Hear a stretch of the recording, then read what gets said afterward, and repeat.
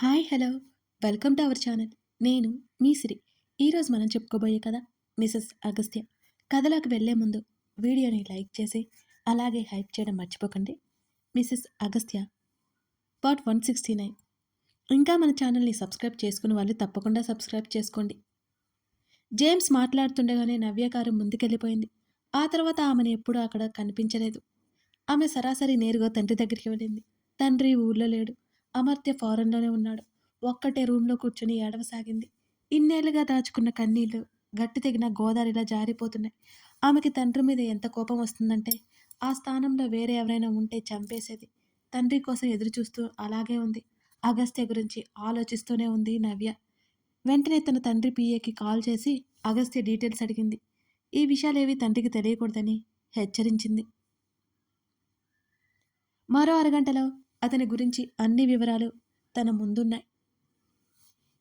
శ్రీధ ఎవరయ్యంటే కూడా ఆమెకు అర్థమైంది. నేరుగా వెళ్ళి అతనితో మాట్లాడలేదు నవ్య. తప్పైతే జరిగిపోయింది. అతని జీవితంలో, తన జీవితంలో అతను ఉండకపోవడానికి కారణం తన తండ్రి. అది నెమ్మదిగా అర్థమవుతూనే ఉంది. శ్రీధని కాదని అతను మరొకరిని కన్నెత్తి చూసిన దాఖలాలు కూడా లేవు. ఆమె అంటే అతనికి ఎంత పిచ్చి ప్రేమో నవ్యకి అర్థమైంది. ఎన్ని పనులున్నా ఆమె కోసం, తన కూతురు కోసం అతను టైం స్పెండ్ చేస్తూనే ఉంటాడు. శ్రీధ ఏం చేయాలనుకున్నా అతను కాదండు. ఆమెని ఎంత బాగా చూసుకుంటాడో. ఇవన్నీ తనకు దక్కకుండా పోయానని భావం వచ్చింది నవ్యలో. అదో పంతంలా తయారైంది. మనసారా వలిచినవాడు అందుకోలేనంత దూరంలో ఉన్నాడు. మరునాడు తండ్రి వచ్చాడు. అప్పటికే చిడికొడ ఆవేశం కూడా ఆమెలో తగ్గలేదు. ఉదయాన్నే 7 గంటలకు ఇంట్లోకి వచ్చిన తండ్రిని చూస్తూ సోఫాలో అలాగే కూర్చుంది నవ్య. చిందరవందరగా ఉన్న ఇల్లుని చూసి అతను ఆశ్చర్యపోయాడు భరద్వాజ్. ఎక్కడికక్కడ వస్తువులు పగిలి ఉన్నాయి. ఇల్లు ఇల్లులా లేదసలు. బేబీ అంటూ దగ్గరికి రాబోతున్న తండ్రిని చూసి చప్పున లేచింది. ఆమె చూసిన చూపుకి అతను దూరంగా ఆగిపోయాడు. ఏమైంది బేబీ అని అడిగాడు. వెంటనే పేపర్ టీపాయ్ మీద నుంచి పడేసింది. దానివైపు తలదిప్పి చూసిన భరద్వాజ్ అదిరిపడ్డాడు. నేను మీ కూతుర్నే కదా డాడీ? ఆమె అడిగిన ప్రశ్నకి అతను తలదించుకున్నాడు. ఒక్కసారంటే ఒక్కసారి కూడా మీకు నన్ను చూసి జాలి వేయలేదా? ఆమె గొంతులో బాధ అతనికి అర్థమైంది. అనుకోలేదు. అనుకోలేదు మీరే నా జీవితాన్ని కోల్పోయేలా చేస్తారని. ఆమె ఒక్కసారిగా ఏడవడం మొదలుపెట్టింది. గట్టిగా ఏడవసాగింది. కంగారుగా కూతురు దగ్గరికి వచ్చి తాకబోతుంటే అతన్ని నెట్టేసింది. ఈ రోజుతో మీ కూతురు చచ్చిపోయింది డాడీ. ఆమె మాటలకు అతను నిర్వీర్యుడైపోయాడు. బేబీ ఆల్రెడీ అతనికి పెళ్ళైపోయింది. ఏదో నచ్చజెప్పబోయాడు భరద్వాజ్. మిమ్మల్ని చూస్తుంటే నాకు అసహ్యంగా ఉంది. అసహ్యంగా ఉంది. నా కళ్ళ ముందు మీరు కనిపించొద్దు. మీ కూతురి కంటే మీకు డబ్బు, హోదా, పగ, ప్రతీకారం ఇవన్నీ ముఖ్యం కదూ? అలాంటప్పుడు నేను ఉన్నా పోయినా మీకు ఒకటే కదా అన్నది నవ్య. దెబ్బతిన్నట్టు చూశాడు కూతురు మాటలకు భరద్వాజ్. ఏదో ఒకరోజు దీన్ని ఎదుర్కోవాల్సి వస్తుందనుకున్నాడు. అప్పటికి నవ్య మారిపోతుంది అనుకున్నాడు కానీ ఆమె మారలేదు. అలాగే ఉంది. బేబీ అది కాదు బేబీ. నేను చెప్పేది ఒకసారి విను. వినను. నేనేమీ వినను. ఇంట్లో ఉండను. ఆమె అరిచి గదిలోకి వెళ్ళి తలుపు వేసుకుంది. కూతురు ఎటువంటి అఘాయిత్యానికి పాల్పడుతుందో అని అసలు భయపడి చచ్చాడు భరద్వాజ్. అతనికి నిద్ర పట్టలేదు. నిద్రాహారాలు మానేసి కూతురికి నచ్చజెప్పడానికి ఆమెను కాచుకోవడం అతనికి వెదయింది. కూతురు కృంగిపోతూ దూరం పెడుతూ ఉంటే భరద్వాజ్ భరించలేకపోతున్నాడు. తండ్రితో మాట్లాడడం కానీ, మొహం చూడడం కానీ మానేసింది నవ్య. భోజన సమయంలో కూడా తండ్రి కూర్చుంటే లేచి వెళ్ళిపోయేది. అతను ఏం చేశాడో మెల్లిమెల్లిగా అర్థమవుతుంటే చేసిన తప్పుకి ప్రాయశ్చిత్తం లేకపోయింది భరద్వాజ్కి. చేతులారా కూతురి జీవితాన్ని ఇలా చేసుకున్నాడు. కుమిలిపోసాగాడు. నవ్యలో ఏదో పంతం అతన్ని భయపెడుతూనే ఉంది. అగస్త్య ఏంటో, ఎలా ఉంటాడో, ఎలాంటివాడో భరద్వాజ్కి నెమ్మదిగా అర్థమవసాగింది. అప్పటికే అంతా అయిపోయింది. మరో అమ్మాయి అతని జీవితంలో ఉంది. కూతురు కూడా ఉంది. అగస్త్యని చూడ్డం ఆపలేదు నవ్య. భరద్వాజ్ ఎంత వారిస్తున్నా వినలేదు. తండ్రి మీద కేకలు వేసేది, అరిచేది, ఏడ్చేది. కూతురి పరిస్థితి రోజురోజుకి విషమిస్తుందని అతను సైకియాట్రిస్ట్కి చూపించాలనుకున్నాడు. నవ్య ఒప్పుకోలేదు. సీక్రెట్గా ఆమెకి ట్రీట్మెంట్ చేయించిన విషయం తెలిసి ఇంట్లో ఉండకుండా ప్రియ దగ్గరికి వచ్చేసింది నవ్య. కంపెనీ లాస్కి వెళ్ళిపోతుంటే అమర్త్య బ్రతిమాలడంతో తప్పక సీఈఓగా మారింది. భరద్వాజ్ కొంత కుదుటపడ్డాడు. నవ్య ఎలా అయినా పనిలో పడి మారుతుందని అనుకున్నాడు కానీ ఆమె అస్సలు మారలేదు. రోజు సంతోషంగా అన్యోన్యంగా ఉంటున్న అగస్త్యని శ్రీధని చూసి ఆమె మనసు మెల్లిగా మారసాగింది. ఆ స్థానంలో తను ఉండాలనే కోరిక బలమైంది. ఆమె మానసిక స్థితి మెల్లిమెల్లిగా విషమించసాగింది. ఒకలాంటి నిర్లిప్తత, అతను లేకపోతే జీవితమే లేదన్న భావన ఆమెను మరింతగా కృంగదీసేలా చేసింది. నవ్య పూర్తిగా మనుషులతో మాట్లాడడం తగ్గించేసింది.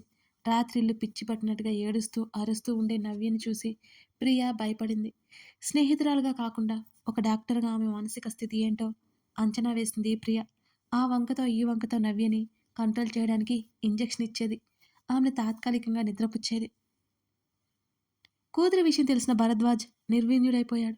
తన కూతురు ఎంత మానసిక సంఘర్షణకు లోనవుతుందో తెలుస్తుంటే అతనికి మతిపోయినట్టే ఉంది.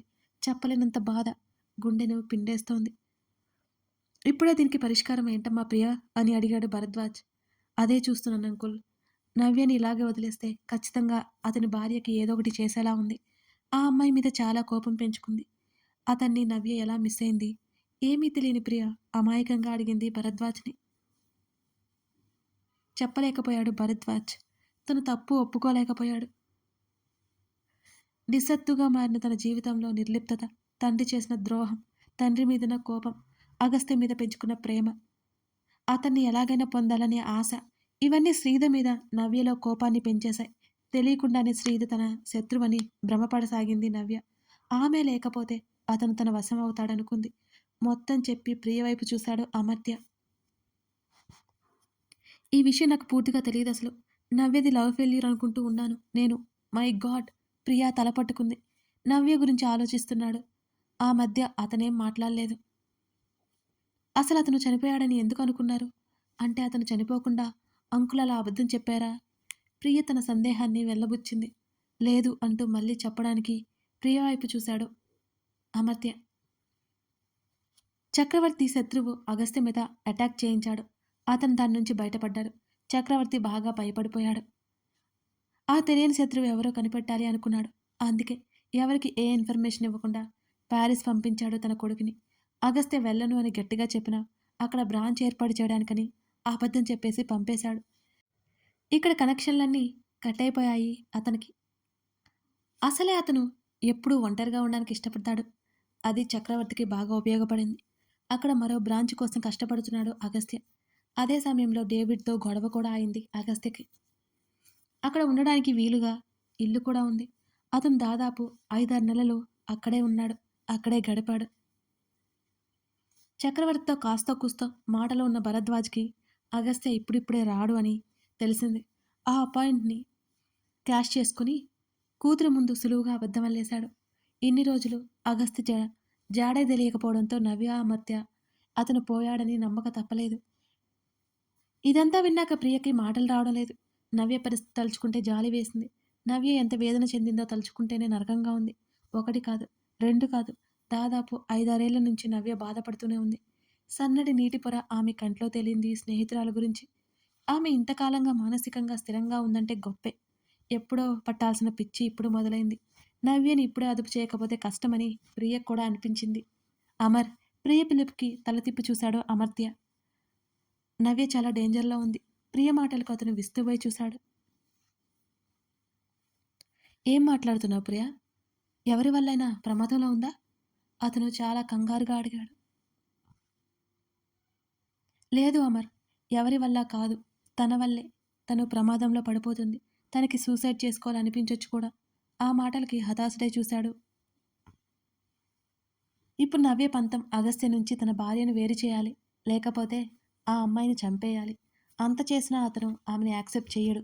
ఆ విషయం నవ్యకు కూడా క్లియర్‌గా తెలుసు. ఎదుటి వాళ్ళు ఏదో ఒకటి చేయడం, లేకపోతే తన్ను తాను ఏదో ఒకటి చేసుకోవడం నవ్య ఇప్పుడు చేస్తుంది అని ప్రియ కాస్త భయపడుతూనే చెప్పింది అతనికి. అమర్త్య ఆలోచించి, "ఇప్పుడు ఏం చేద్దామంటావు ప్రియా?" అని అడిగాడు. "నాకు కూడా తెలియదు. నవ్యని ఎలాగైనా సైకియాట్రిస్ట్‌కి చూపించాలి. తన మాట చెప్తే ఖచ్చితంగా చంపేస్తుంది" అన్నది ప్రియ. "అది నేను చూసుకుంటాను. ఇప్పుడైతే తను చాలా డిస్టర్బ్డ్‌గా ఉంది. నువ్వెళ్ళు. తనతో ఉండు." ప్రియ చెప్పడంతో తలాడించి నవ్య వెళ్ళిన గది వైపుకి వెళ్ళాడు అమర్త్య. నవ్యని అదుపు చేయగల ఏకైక వ్యక్తి అతనే అని ప్రియకు కూడా తెలుసు. ప్రియ ఆలోచిస్తూ అక్కడి నుంచి బయలుదేరింది. స్నేహితురాలి సమస్యకి ఆమెకి ప్రాణం విలవిల్లాడిపోతోంది. ఒక డాక్టర్‌గా నవ్య కండిషన్ ఏంటో అర్థం చేసుకోగలిగింది. అందుకే ఆమెలో ఆందోళన మరీ ఎక్కువగా ఉంది. గదిలోకి వెళ్ళిన అమర్త్య గదంతా చూసి పెద్దగా ఆశ్చర్యపోలేదు. ఎప్పటిలా చిందరవందరగా చేసింది నవ్య. కింద కూర్చుని మోకాళ్ళ మధ్య తలదర్చి ఆమె ఏడవసాగింది. ఆమె తల మీద చేయి వేశాడు అమర్త్య. అమర్త్య అంటే ఉంటే ఇష్టం, గౌరవం వల్ల అతను ఏమీ అనకుండా ఊరుకుంది నవ్య. అతని చెయ్యి నెట్టివేసింది. ఆమె పక్కనే కూర్చున్నాడు అతను. నవ్య అతను పిలుస్తున్నా ఆమె మాట్లాడలేదు అసలు. నువ్వు చేస్తున్నది కరెక్ట్ అనగానే అతని వైపు ఆశ్చర్యంగా చూసింది నవ్య. ఎప్పుడూ రిస్ట్రిక్ట్ చేస్తున్నట్టు మాట్లాడే అతను ఇప్పుడు ఇలా మాట్లాడుతుంటే ఆమెకి చెప్పలేనంత ఆశ్చర్యంగా ఉంది. అవును నవ్య, మన దానికోసం మనం పోరాడాలి. తప్పదు కదా! ఆమెను ఓరగా చూస్తూ అన్నాడు అమర్త్య. వెంటనే తన్ని ఒక మనిషి అర్థం చేసుకున్న భావన కలిగి అతని వైపు పూర్తిగా తిరిగి అతని చేతులు పట్టుకుంది నవ్య. నేను నేను చేస్తున్నది కరెక్టే కదా అని అడిగింది ఆవేదనగా. అవునన్నట్టు తలాడించాడు అమర్త్య. నన్నెవరూ అర్థం చేసుకోవట్లేదు. నన్ను పిచ్చిదానిలా చూస్తున్నారు. ఆ మాటకి అతని గుండె కలుక్కుమంది. ఆమె మానసికంగా కృంగిపోవడానికి ఇది కూడా మరో కారణమని అనుకోవచ్చనిపించింది అతనికి. లేదు, అలా అన్న వాళ్ళకే మతిపోతుంది. నీకేమైంది? ది గ్రేట్ నవ్య భరద్వాజ్. ఒంటి చేత్తో కంపెనీని హ్యాండిల్ చేయగల సత్తా ఉంది నీకు అని అంటూ అగస్త్య కూడా అంతే కదా! అతని కంపెనీ, అతని మావయ్యది అన్నీ ఒక్కడే హ్యాండిల్ చేస్తున్నాడు. నువ్వు కూడా అచ్చు అతనిలాగే అన్నాడు అమర్త్య. నవ్య మొహం ఒక్కసారిగా వెలిగిపోయింది. అవును, మా థాట్స్, మా విజన్ ఒకటే ఆమె సంబరంగా చెప్పింది. మరి నువ్వు అతనికి ధీటుగా ఉండాలంటే నువ్వు కూడా స్ట్రాంగ్‌గా అవ్వాలి కదా నవ్య! అనగానే ఆమె ముఖంలో నవ్వు మాయమైపోయింది. అతని వంక కాస్త అయోమయంగా చూసింది నవ్య. ఏం మాట్లాడుతున్నావు అమర్? నువ్వు ఇలాగే ఉంటే అతను ఎప్పటికీ ఇష్టపడడు నవ్య. అతనికి ఎలాంటి అమ్మాయి కావాలో నువ్వు అలా ఉన్నావా? ఆ మాటలు చెప్పడం అసలు ఇష్టం లేదు అమర్త్యకి. కానీ తప్పడం లేదు నవ్య కోసం. అతని పిడికిలి బిగుసుకుంది. నవ్య కోసం మరింత తప్పక అసహనాన్ని ఆపుకుంటున్నాడు అమర్త్య. అవును కదా! తనకి నచ్చాలి నేను అంది నవ్య. అవును మరి. నచ్చకుండా డైరెక్ట్‌గా నన్ను పెళ్లి చేసుకో అంటే ఎవరు పెళ్లి చేసుకుంటారు చెప్పు? నువ్వు పాత నవ్యలా మారాలి. అసలు అప్పుడు నిన్ను కాదనుకునే మూర్ఖుడు ఎవరైనా ఉంటారా? ఆమె చేతిని స్నేహపూర్వకంగా సున్నితంగా నొక్కి వదిలాడు అమర్త్య. ఆమె ఆలోచనలో పడింది. తను ఎవరో ఏంటో తెలుసుకోకుండా పెళ్లి చేసుకోమంటే అతను ఎలా పెళ్లి చేసుకుంటాడు? అతనికి తనేంటో తెలియాలి. తన సామర్థ్యం ఏంటో తెలియాలి. నువ్వు చాలా గుడ్ హ్యూమన్ బీయింగ్ నవ్య. అతనికి అలాంటి వాళ్ళే ఇష్టం. ఇక నువ్వే ఆలోచించు. చివరి అస్త్రం కూడా ప్రయోగించాడు అమర్త్య. ఆమె ఆలోచిస్తుండగానే ఆమెను వదిలి బయటకొచ్చాడు. తనైతే ప్రయత్నం చేశాడు. అది ఫలించాలని కోరుకుంటూ గదిలోకి వెళ్ళిపోయాడు అమర్త్య. అగస్త్య చెప్పింది మొత్తం విన్న శ్రీధ అతని వైపు ఆలోచిస్తూ చూసింది. ఇక్కడ తప్పు ఎవరిది అంటావు సినోరిటా? అగస్త్య అడిగాడు. ఫస్ట్ ఆఫ్ ఆల్ తప్పు ఆ అమ్మాయిది. ఆమె నుంచి ఆ సమాధానం అగస్త్య ఊహించలేదు. ఏం? అని అడిగాడు. అన్ని రోజులుగా అతన్ని ఇష్టపడుతున్నప్పుడు ఒక్కసారైనా తను చెప్పాలి కదా! ముహూర్తాలు, తిథులు ఉంటాయా అతనికి చెప్పడానికి? అది చిన్న పొరపాటే కావచ్చు. అతని నుంచి ఆమెను దూరం చేసింది మాత్రం అదే. ఆమె ముందే అతన్ని కలిసి ఉంటే ఆమెకింత జరిగేది గాదు. ప్రేమ విషయం చెప్పకపోయినా కనీసం ఫ్రెండ్‌గా అయినా ఉండాలి కదా! శ్రీధ చెప్తుంటే అతను వింటున్నాడు అలాగే. ఇక ఆమె తండ్రి. అతనొక మామూలు తండ్రిలాగే చేశాడు. కానీ అతను చేసిన తప్పు ఎప్పటికీ క్షమించబడనిది. తండ్రి అనే పదానికున్న గౌరవానికి అతను అర్హుడు కాదు. తన కూతురు ఈరోజు ఇలా పిచ్చి పట్టినట్టు ప్రవర్తించడానికి ముమ్మాటికి అతనే కారణం. అతను ఎవరో ఏంటో కనుక్కొని తన కూతురికి సరిపోడా కొద్ది రోజులు విశ్లేషించి, ఆలోచించి అప్పుడు వద్దనుకోవాలి. శుభ్రంగా ఉన్న మనిషిని చనిపోయారని చెప్పడానికి నోరెలా వచ్చింది? శ్రీధ అసహ్యంగా ముఖం పెట్టుకుంది. మరిప్పుడేమంటావు?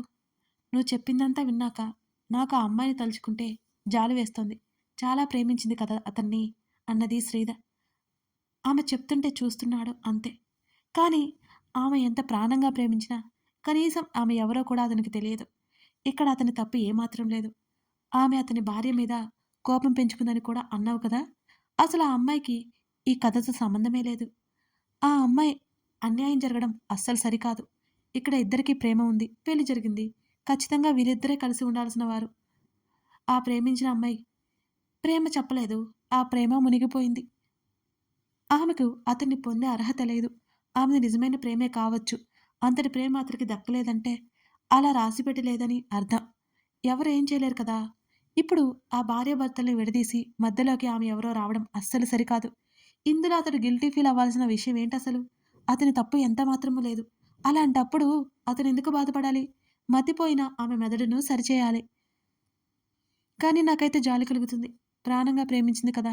బాధ అయితే ఉంటుంది కానీ, ఆ ప్రేమను వదులుకోక తప్పదు. అంతకంటే మరొక ఛాన్స్ అయితే లేదు. తమకు ఏమనిపించిందో మొత్తం చెప్పేసింది శ్రీధ.